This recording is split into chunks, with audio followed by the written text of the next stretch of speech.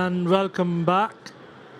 We have an amazing figurative sculptor, Manolov, who has been using ZBrush for 10 plus years now. His work is stunning. He has done a lot of work for mainstream media as well, if I'm not wrong.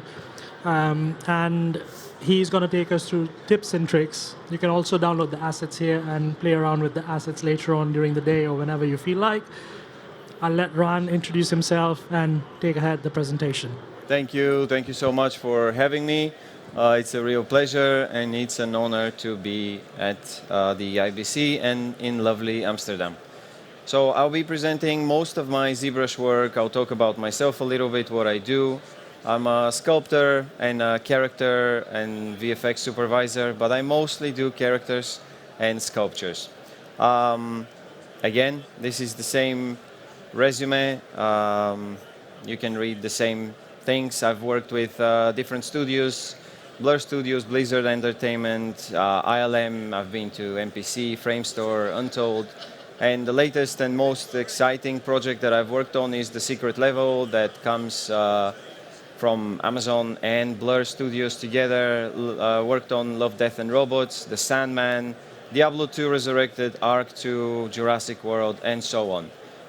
These are some of the projects that I was lucky enough to be part of. I come from a traditional background, studied in High School of Fine Arts and then Academy of Fine Arts, and then I didn't know exactly where my path is going, but luckily I did discover ZBrush, so that's like a true story. I wasn't sure what am I going to do and how am I going to make it or make a career. It was a little bit unclear for me. My parents are traditional artists, so for me discovering ZBrush was a big deal, so I wanted to mention this. I did a residency in Paris as well for a couple of months, just working there, which was incredible time. And going on next, some of the awards I've won throughout the years. I don't want to go over them, but they're mostly for drawing and illustration and painting. This is what I've graduated, and before discovering ZBrush, I wasn't very much aware of the sculpture as like I was, of course, we did sculpture in academy, etc., but it wasn't my specialty. But discovering ZBrush led me to love the three-dimensional shape, to be able to express myself, and to really dive into the sculptural world where you almost feels like you are drawing, but you're drawing from different angles, which inevitably leads to a three-dimensional sculpture.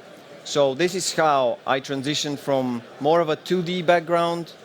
By discovering the software, I started loving and reading more and dipping further into the anatomy and all the fundamentals that I will be talking about.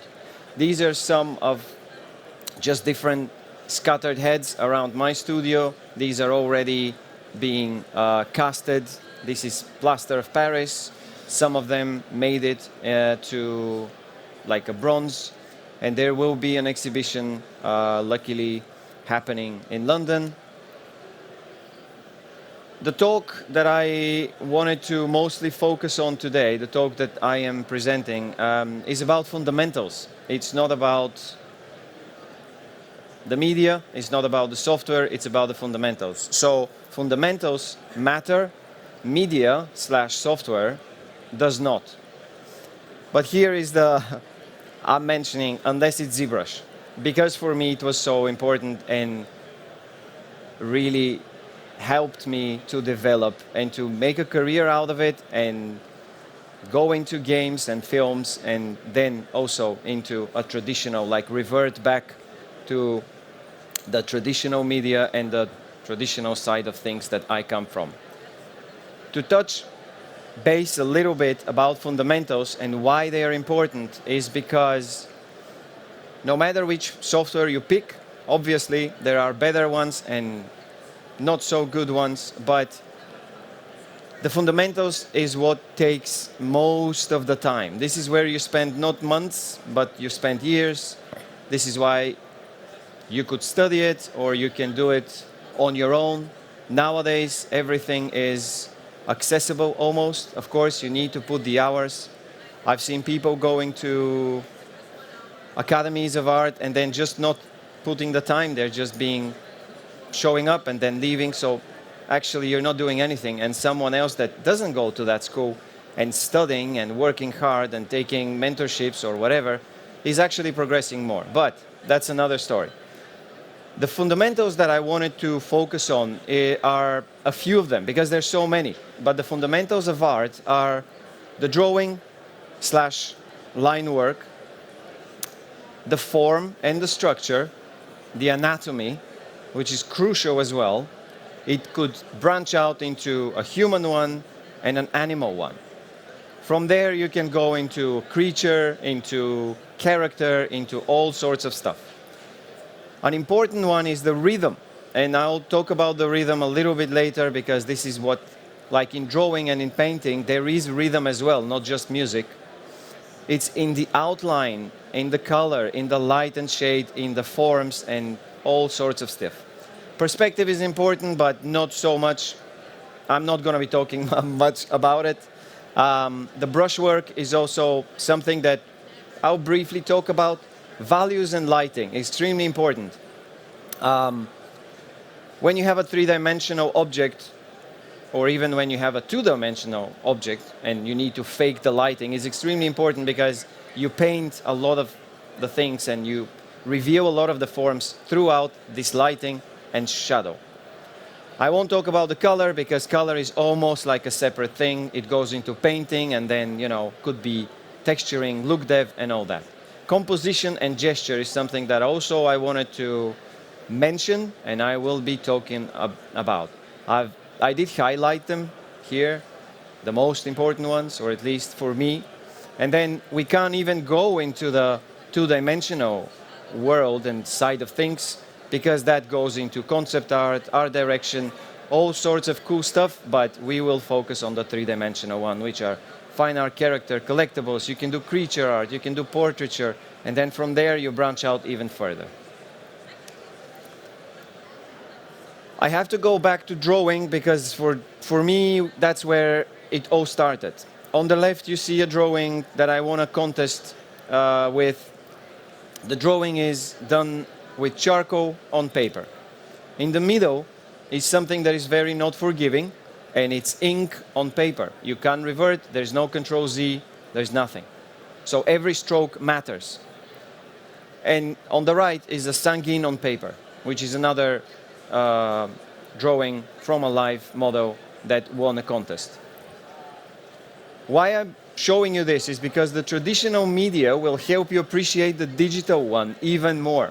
We have ZBrush, we have all sorts of amazing software that, yes, it gives us a lot of privilege and capabilities, but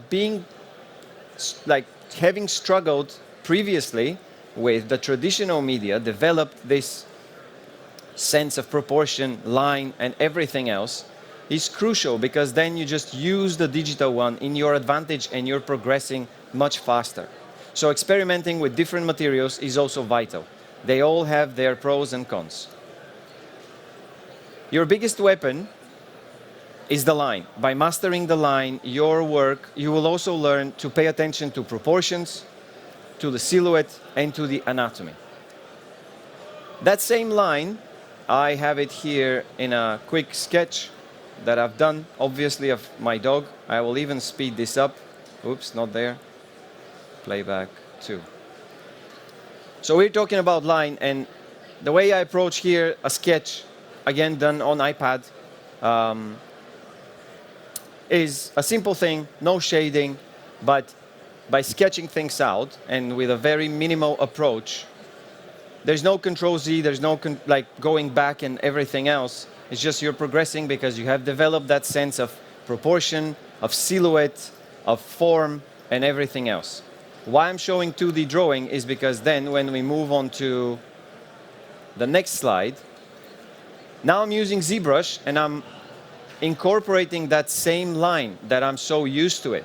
This is a face that I personally It's part of the project of a barbarian that is never ending because I go very extensively into it. But you see the same line is being applicable here, where it's going to be, which wrinkles or folds I want to enhance, where do you want to draw the attention, how you would like to detail that further, and which areas you would like to basically work up and you don't like what's being projected. Or I've been using alphas. I've been using here mostly dam standard and a modified slash brush just for a deeper cuts. Here and there I do allow myself to smooth things out and to flatten bits. I use a lot of the standard brush after I have carved in a line to just puff some of the wrinkles that I would like, and then the move brush as well. So simple stuff, but working in your advantage. And then we're moving on to the anatomy. This is the same barbarian, but we are going further down. I cannot stress enough the importance of the anatomy, and this is just a screenshot from ZBrush. As you see, it's even like low res, but that's not the important here. The important is the form, the structure, the bone landmarks, the musculature, and the character of the body. It could be a female body, a male body, whatever, but anatomy will be crucial. This is done with a live model that I had the pleasure to run a workshop, and we all used ZBrush. We all used our laptops. It was a room filled with 20-something people, 21 I think, or 2. We had a live model, which was incredible. And we wouldn't be able to do that in such a small space if we didn't have a laptop or an iPad now that you can use ZBrush as well. And we all took away the inconvenience of the clay and the armature, and we were just focused on what really matters. It was the anatomy, it was studying the model, and it was developing that model further. Excuse me. So the same way here with the live model, I'm showing a quick video starting with the Z-spheres. You could use in ZBrush, you could use the mannequins, which is tremendous tool to start your work with, but the idea here was to learn as much as possible. So that's why figuring out the proportions of the model and using the Z-spheres to kind of block out the armature, and then going straight into the clay brush, the move brush, and applying all these fundamentals that I'm talking about is how we got to the end result, which you will see in a second. I can talk about the anatomy, but the most important here was that a room of 20 people that had only their portable computer were able to basically travel, visit another country, and just because of the software and the live model and obviously the workshop happening, we were able to focus on what matters the most and study it.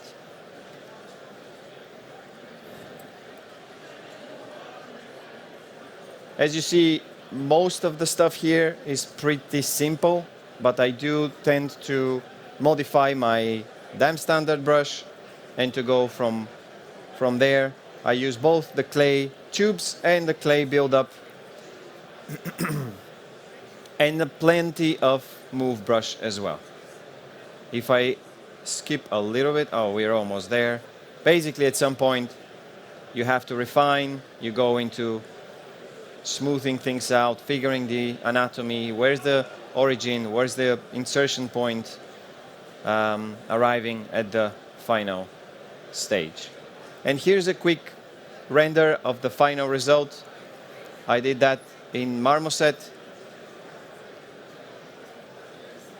It's not as realistic as the model, but that was not my point. I like to keep things a little bit more sculptural and to really drive what is enhanced where it is not. These are renders from Arnold and Maya. Same anatomy, different things. So we're talking about the human one, but then we can jump into a creature one. You have to apply the same thing. Again, these are ZBrush screenshots. That's a Minotaur and a Satyr. And there's an orc. That's the recent project that I did, actually still doing. And I did that on an iPad, which is incredible. Where is it? There's a quick video of the Minotaur, but I wanted to probably show you part of the orc. So that's me doing snake hook and then re-dynameshing. I use Dynamesh a lot, but I also tend to use more and more Sculptris. Sculptris Pro gives you an immediate chance to detail where you want to, and where you don't want to, you can smooth things out, simplify the mesh, in a way, optimize where it's needed. So that's a simple hand, but it applies all the fundamentals that I spoke about. That's an inflate brush. That's what I like to use for my veining, and then a little bit of smooth. You don't go all the way. You leave some to be stronger, somewhere not. Clay buildup, now a transpose tool. I tend to use the new gizmo, but also the transpose tool is, I think, very, very intuitive. You can snap it and move the fingers. A bit of detailing. I like the /2 brush, which you can find in the menu as well. And now moving on to the next one. Okay, whoops, that's fine. Okay, so when we talk about the anatomy, we're speaking about the head of the anatomy and the body, like the anatomy for the body. And you can apply these same things in a sculpture, in a character, or in a film or game project. So I wanted to show you a quick video of the same guy, but how I approach the portraiture in a asymmetrical, basically, way, without using the symmetry which you have on your disposal. That's a quick approach. And then I'll show you a more of a character work. Let's speed this up. You can mask things around. It's a digital clay. There's no concern about things going wrong. You can always correct them, right? We know this, but we tend to get caught up on shapes and forms. So I'm always encouraging, like, don't be afraid. It's fine. It's not even clay. Even if it's in clay, you can move it, slash it, fix it. But that's even a digital media, which gives you a lot of confidence in a way. And that's the same anatomy of the head that now it's translated to, that's a Minotaur, that's like a creature that we did, that's a demon. This is from Hellboy, that's my Satyr, Hellboy, Batman and Superman, Jurassic World 2, I did plenty of the dinosaurs there, and this is Love, Death and Robots as well. And now I wanted to show me beta testing the ZBrush on iPad, which is absolutely phenomenal to get. And why I'm showing this particular one is I did few sketches, but that one I was simply testing out the software. I do have to mention that this is not the latest UI, now it's even better. We were still testing things out, and I was trusted to give some feedback. As you see, everything that you have on your PC, such as masking and all the brushes on your disposal. You can bring brushes from your PC and you can work with that, and everything is now in your hands.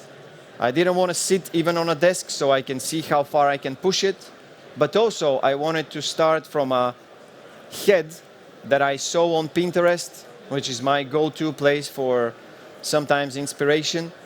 And then I wanted to show how having the right structure and knowledge about the skull, the portraiture, the fundamentals, you could easily turn and like take a twist of your sculpt and tweak it into a fictional character, fantasy character, that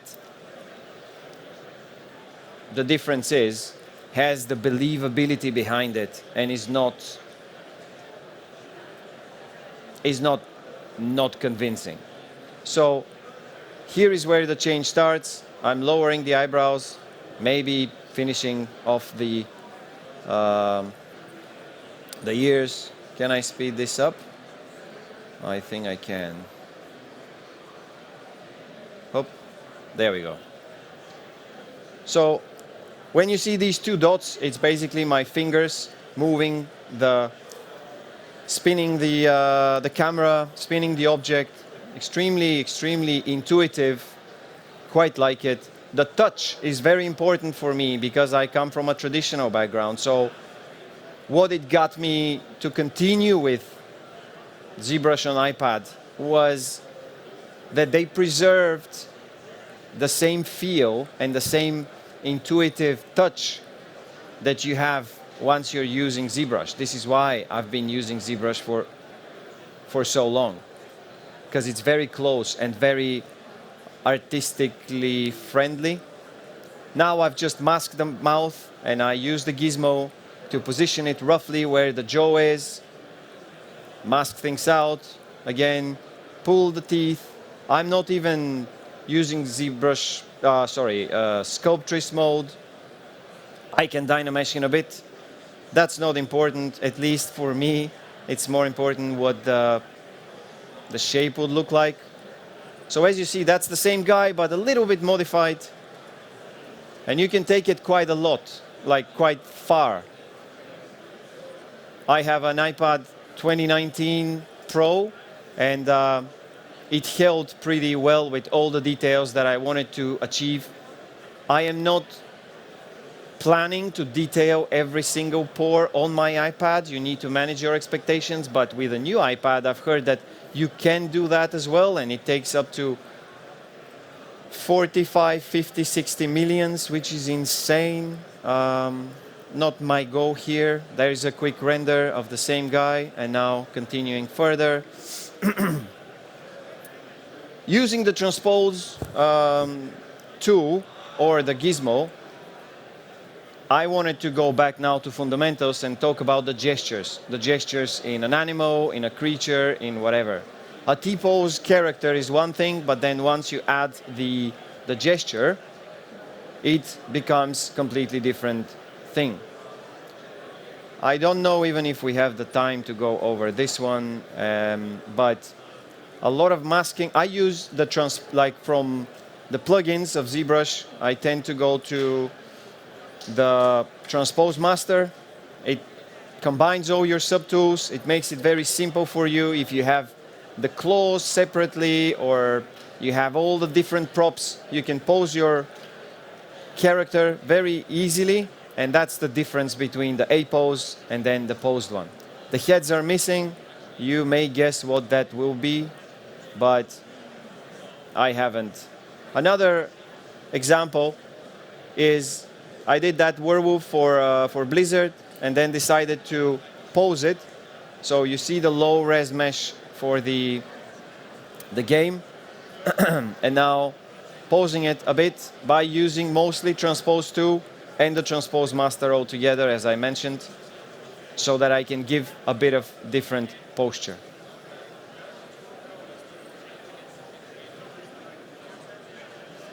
And that's the turntable of that same werewolf without the fur, because I want to show the body and the anatomy and the structure.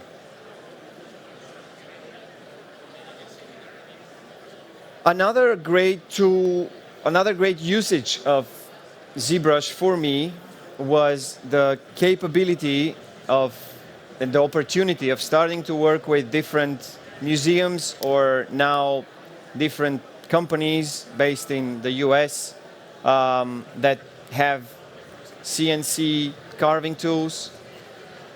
So here the project was that's the Sleeping Venus hermaphrodite that was in the Liverpool Museum, and I had to reconstruct based on a British Museum drawing of the three little children. So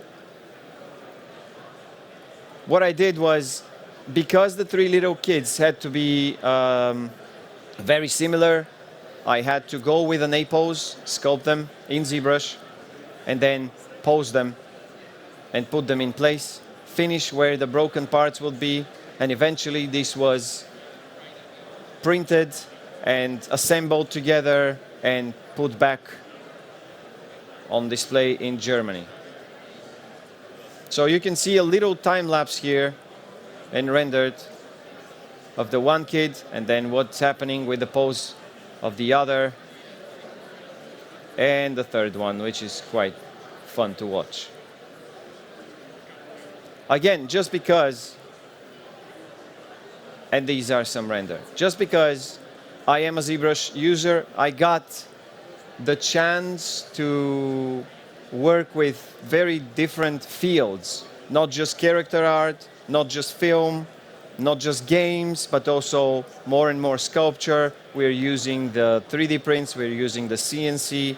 Now my sculptures are being carved in marble, which is just phenomenal, because nowadays you don't even have the time to carve things, and I would love to go to Florence and learn, but there's just no time. Now another sketch that I did on ZBrush on iPad, I'm not going to show again the sculpting process, just a few different stages. Started from a simple clay, slashed it, and went for a little chimp there.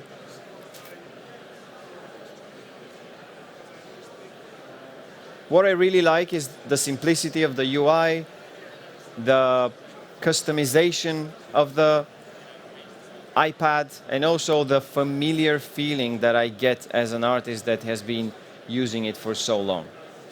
Now there's just so that we can make it a bit more technical and not completely artsy, when it comes to character art, I wanted to say that I see many characters that lack believability.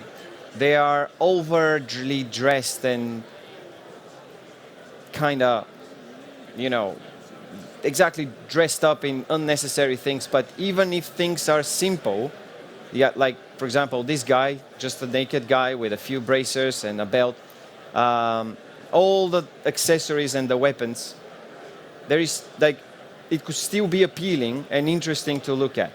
There's just a simple bracer, but within you can see the complexity of the leather, the wraps. I'm using for this particular one here, surface noise that I can apply. I'm using a lot of frame mesh to do all the stitches around and all the rest. Even if there is a boot, just a simple boot, understanding the material, and like this is the most important, the behavior of the different materials. So there is the belt, a quick thing, masking, and then I use extract. I grow the mask by painting it. Here I'm using Z Modeler, a bit of a Q mesh, and here I wanted to kind of tucked in the depth for the belt. Sometimes I keep where the stitches are and I just go in like transparency mode and you carve things in.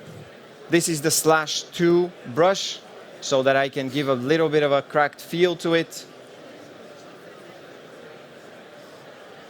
The retopo, not even necessary. This is Maya, but you can completely, easily, especially on a non-deformable mesh, just use Z-Remesher. Standard brush. I've moved the focal shift of the standard brush so that it can has this harsh edge so that I don't have to, go and do it manually. You saw me using the surface noise. I did my own leather alpha by making it tileable. Again, all in ZBrush. I didn't even go to Photoshop. And then I applied it as a tileable surface. And this is where the end result of the belt is. Next phase is bake it and move on to the texturing part. For the knife, for example, I use a clip curve and the same thing.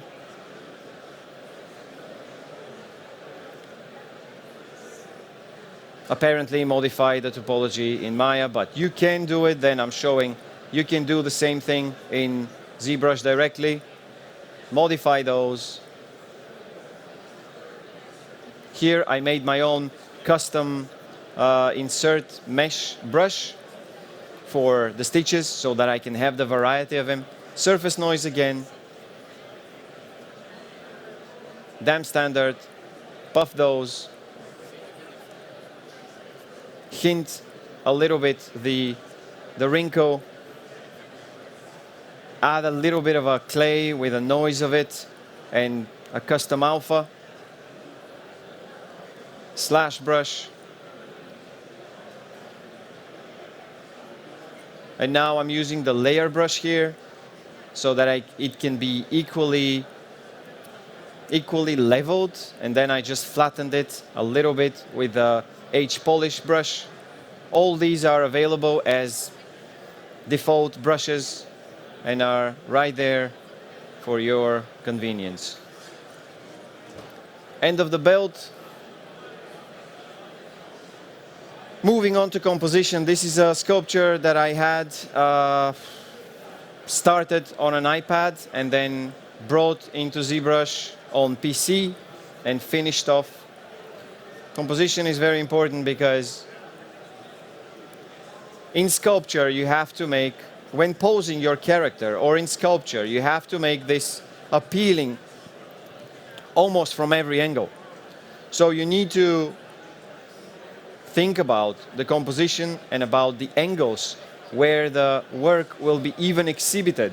Is it going to be in an arch and you will, like the audience, will only look at it from one side, or it's going to be looked from everywhere?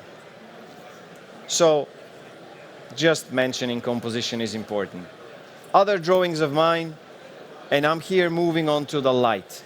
So light, even if it's with charcoal, with pencil, or it's done in 3D, it's very important. Where you will be looking at, what you're going to focus on.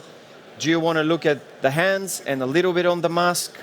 And yes, you notice the body, but it's not the most important thing here. So a little breakdown of that same monkey that you saw. We have just the most simple lighting setup. We have a key light. We have a light for the eyes, we have a fill light, and we have a rim light. That's all you need to do.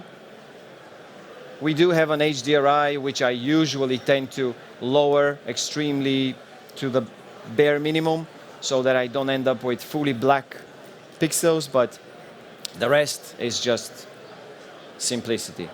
Without lighting, there are no shadows. Without shadows and lighting, there are no volume. So play with it, it's important. And it will help your work a lot. And here we have just a simple back, and it's the rhythm. I'm going towards the end of the presentation. What's the time? Oh, okay. The rhythm comes a lot later. It's something that you get to achieve later on in your work. There is a rhythm of line, rhythm of forms, and also rhythm of details. And with that said, many people ask me about how do you create your style? How do you make your style yours, and how can you be sure that this will be a good thing for you to present your work with, to be recognized with? So I'm going to go through these things very quickly. First comes the structure. You don't think about style. Style comes at the end. You start with the structure. This is the backbone of your entire sculpture or character. The anatomy comes after. You have the muscles and the tendons, and they just follow the bone landmarks no matter where you move. There is an origin point and insertion point. You get to learn those things, you know, more and more.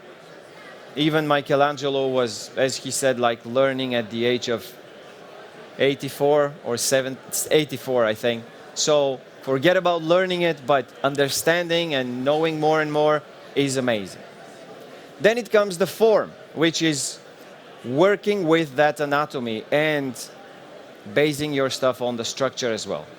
Eventually, all these transitions to overall form, like big form and smaller one. You start with the big one and you refine. This is where the rhythm comes in. By refining all those things of the above, you dive into the rhythm of the dance of the forms. From outer ones, from the silhouette, you go in. You go from bigger to smaller.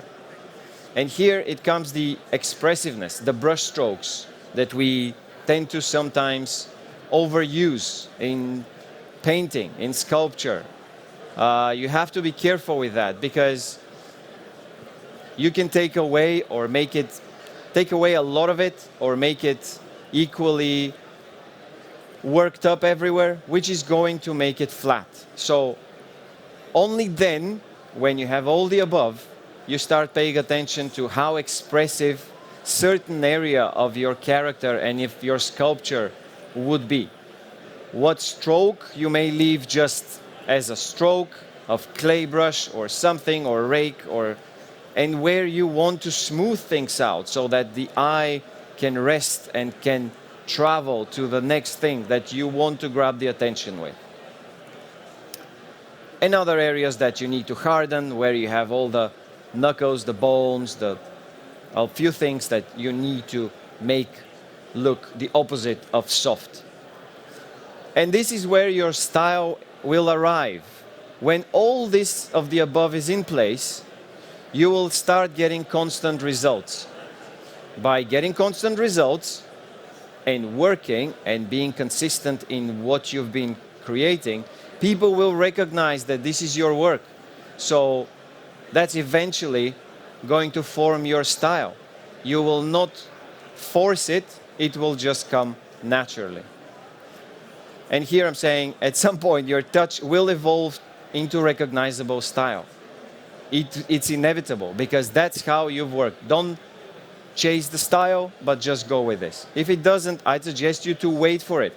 Do not rush, and most importantly, don't try to invent it for the sake of, I need a style. This will be forced and it will come across as stilted, unnatural, and self-serving, or just artificial. So, style comes when struggle leaves, when it's effortlessly and you just do what you can, what you want to show. This is already becoming your style. This is already, trust me, you will be as expressive as you want to be, as is natural. So you need to have tamed most of the basic problems that you struggle with and you don't know, so that you can think of the expressiveness and the beauty of form and volume and line, etc. And towards the end of the presentation, few of the projects that I've worked on, because I was lucky to discover the software. I, as you see, spoke a lot about the traditional side of things, but transitioning from traditional to digital and being able to work on those films and those games without even knowing other software. This is how I started. I come from Bulgaria, traditionally educated in arts. My parents are, as I said, traditional artists. So we didn't have a clue how to proceed from where I am. I was graduating and then suddenly I was called to London and I had to work on Batman and Superman, and I was assigned with the main hero character being sculpted. I didn't know topology, I didn't know anything, and I was really scared, but because I knew my fundamentals and I knew ZBrush, and they assigned obviously someone else to take care of the technical side, I was able to start my career only purely because of that. I give credits to the supervisor not assigning me to do topology and all that thing, but why ZBrush is very, very valuable is because it feels natural, and it's a tool for us, the traditional artists that transition to media or do both, to be able to work on cool projects like that, commercial projects like this, and bring what we can do. That's the latest one, which I'm very excited about, and we use ZBrush for all the concept work of all the characters, and for all the rest, obviously, a lot of work was done with the same software. And finally, I will play my my reel, which is a little bit outdated because the rest of the stuff I can't share yet, and I'll be able to answer questions or anything else. There should be a sound, but there's no sound. Is there? It's fine. I can entertain you. Yeah, so this was one of the... Oh, there we go. That's the guy that I didn't even know how to retopo, but I was using ZBrush for the sculpt, and it worked.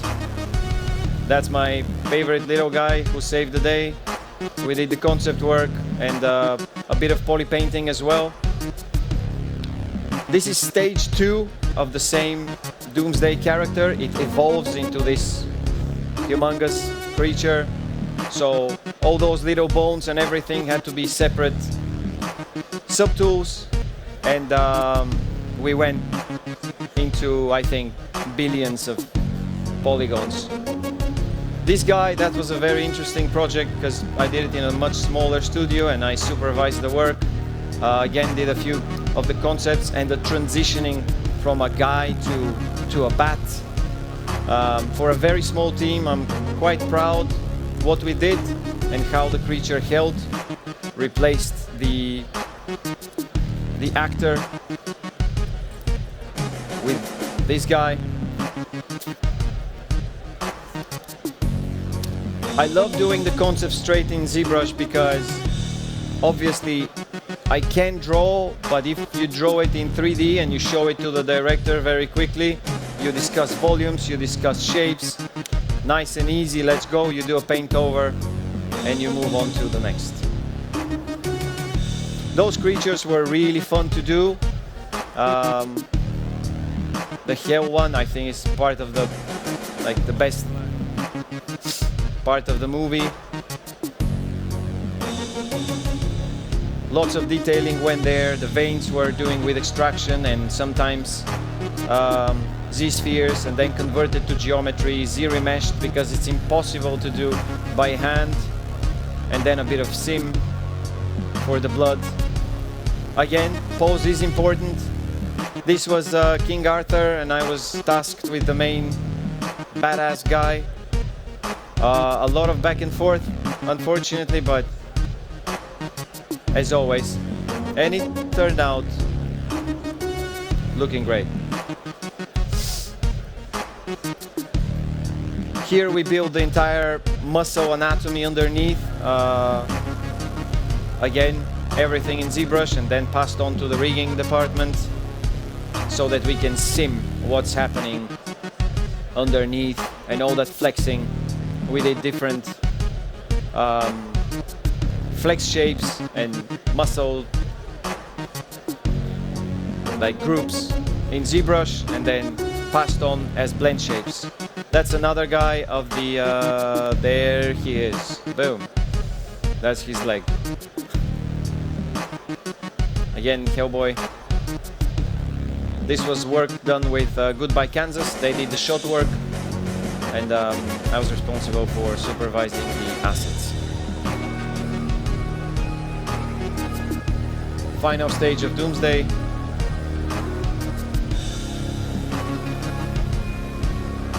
Unfortunately, my game art stuff, unless you play the game, it's not very interesting to see because they're usually small, so film stuff is just better representable.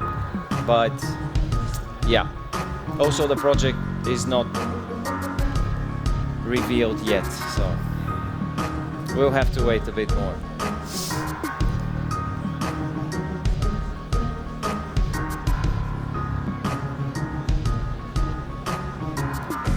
It's quite gory, but yeah.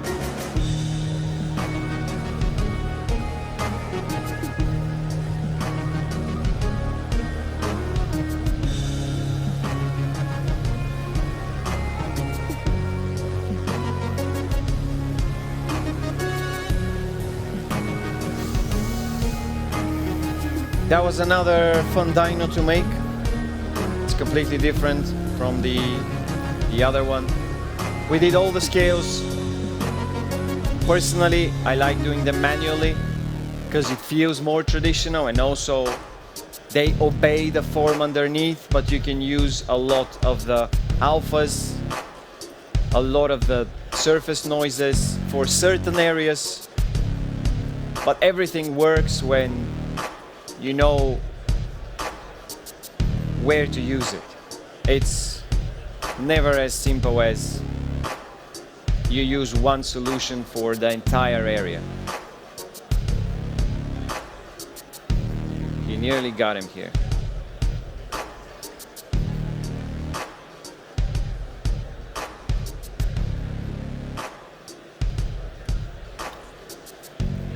That's it. I was able to do and work on all these again just because of the software, and I'm incredibly thankful to be here, to be presenting, to be working on the iPad now, on the PC, and just doing what I love and what I think we all enjoy watching and playing and all sorts of stuff. So have fun as well, and I hope it was interesting. Thank you very much for staying.